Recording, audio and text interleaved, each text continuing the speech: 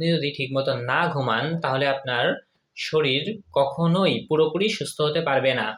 আপনাকে কমপক্ষে 7 থেকে 8 ঘন্টা গভীরভাবে ঘুমাতে হবে, কারণ গভীর ঘুম আপনার ব্রেন এবং হার্টকে সম্পূর্ণভাবে রক্ষা করে।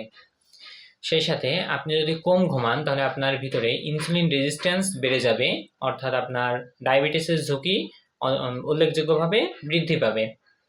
আপনি যদি ঘুমানোর 1 ঘন্টা আগে স্ক্রিন টাইম অফ রাখেন, মোবাইল চালানো বন্ধ রাখেন, সেক্ষেত্রে আপনার ভিতরে মেলাটোনিন বৃদ্ধি পাবে। এটা শরীরের জন্য অনেক ভালো, ঘুমের জন্য অনেক ভালো।